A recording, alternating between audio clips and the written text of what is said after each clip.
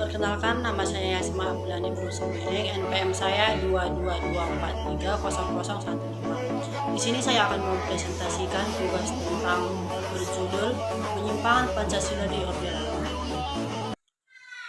Pancasila sebagai pandangan hidup bangsa sebenarnya merupakan perwujudan dari nilai-nilai budaya yang memiliki bangsa sendiri yang diyakini kebenarannya. Pancasila digali dari budaya bangsa yang sudah ada, tumbuh dan berkembang berabad-abad lainnya. Oleh karena itu, Pancasila adalah khas milik bangsa Indonesia sejak keberadaan sebagai sebuah bangsa. Pancasila merangkum nilai-nilai yang sama yang terkandung dalam adat istiadat, kebudayaan, dan beragama yang ada di Indonesia. Dengan demikian, Pancasila sebagai pandangan hidup mencerminkan jiwa dan kepribadian bangsa Indonesia. Pancasila adalah ideologi dasar bangsa Indonesia, yaitu sebagai nilai-nilai yang mendasari segala aspek kehidupan bermasyarakat di Indonesia. Pancasila yang lahir pada tanggal 1 Juni 1945 ini resmi ditetapkan sebagai dasar negara Indonesia dan masih terus digunakan hingga saat ini. Penerapan berbeda sesuai dengan masa yang ada. Di setiap masa, Pancasila mengalami perkembangan, terutama dalam mengartikan Pancasila itu sendiri. Dalam masa-masa tersebut, terdapat banyak hal yang belum relevan dalam penerapan nilai-nilai luhur Pancasila. Sebagai ideologi bangsa Indonesia, banyak penyimpangan yang terjadi sehingga sebab-sebab berakhirnya Orde Lama. Oleh karena itu, menarik rasanya untuk dibahas mengenai sejarah Pancasila sebagai ideologi bangsa Indonesia serta perkembangan ideologi Pancasila pada Orde Lama. Pada masa Orde Lama, yaitu pada masa kekuasaan Presiden Soekarno, Pancasila mengalami ideologanisasi. Artinya, Pancasila berusaha untuk dibangun, dijadikan sebagai keyakinan dan kepribadian bangsa Indonesia. Masa Orde Lama disebut dengan masa demokrasi terpimpin.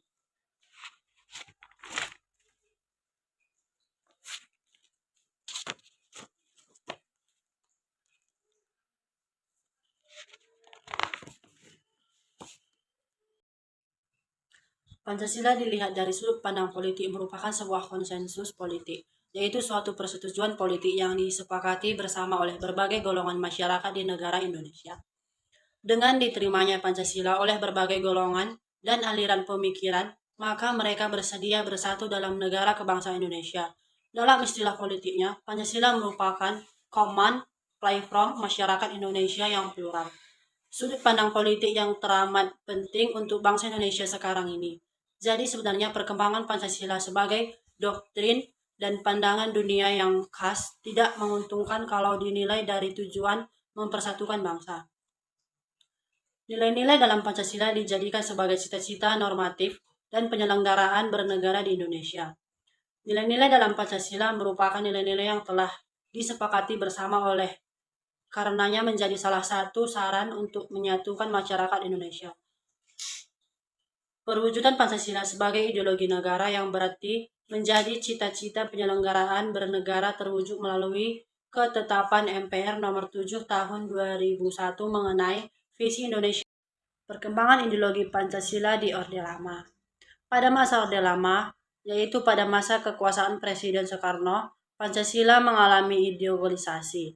Artinya, Pancasila berusaha untuk dibangun, dijadikan sebagai keyakinan dan kepribadian bangsa Indonesia.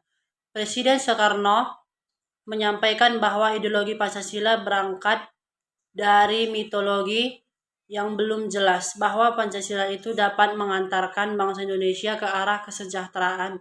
Tapi Soekarno tetap berani membawa konsep Pancasila ini untuk dijadikan ideologi bangsa Indonesia. Sistem pemerintahan yang liberal lebih menekankan hak individual. Pada periode ini, persatuan dan kesatuan bangsa mendapatkan tantangan yang berat dengan munculnya pemberontakan-pemberontakan yang dilakukan oleh RMS, PRRI, dan Permesta yang ingin melepaskan diri dari NKRI.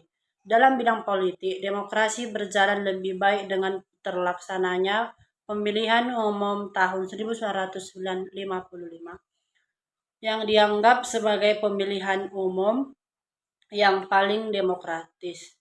Akan tetapi, anggota konstitusi hasil pemilihan umum tidak dapat menyusun undang-undang dasar seperti yang diharapkan. Hal ini menimbulkan krisis politik, ekonomi, dan keamanan. Pada periode tahun 1956 sampai dengan 1965 dikenal sebagai demokrasi tertimpun. Akan tetapi demokrasi justru tidak berada pada kekuasaan rakyat yang merupakan amanah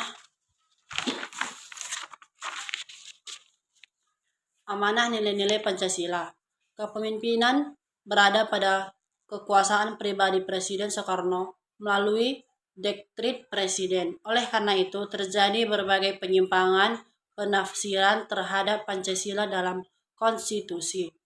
Akibatnya, Presiden Soekarno menjadi presiden yang otoriter, mengangkat dirinya menjadi presiden dengan masa jabatan seumur hidup. Selain itu, terjadinya politik konfrontasi karena digabungkannya nasionalisasi agama dan komunis yang ternyata tidak cocok dengan konsep negara Indonesia. Penyimpangan yang terjadi di Orde Lama. Sejak proklamasi kemerdekaan pada 17 Agustus 1945, Indonesia telah mengalami berbagai periode dan perubahan dalam sistem pemerintahan.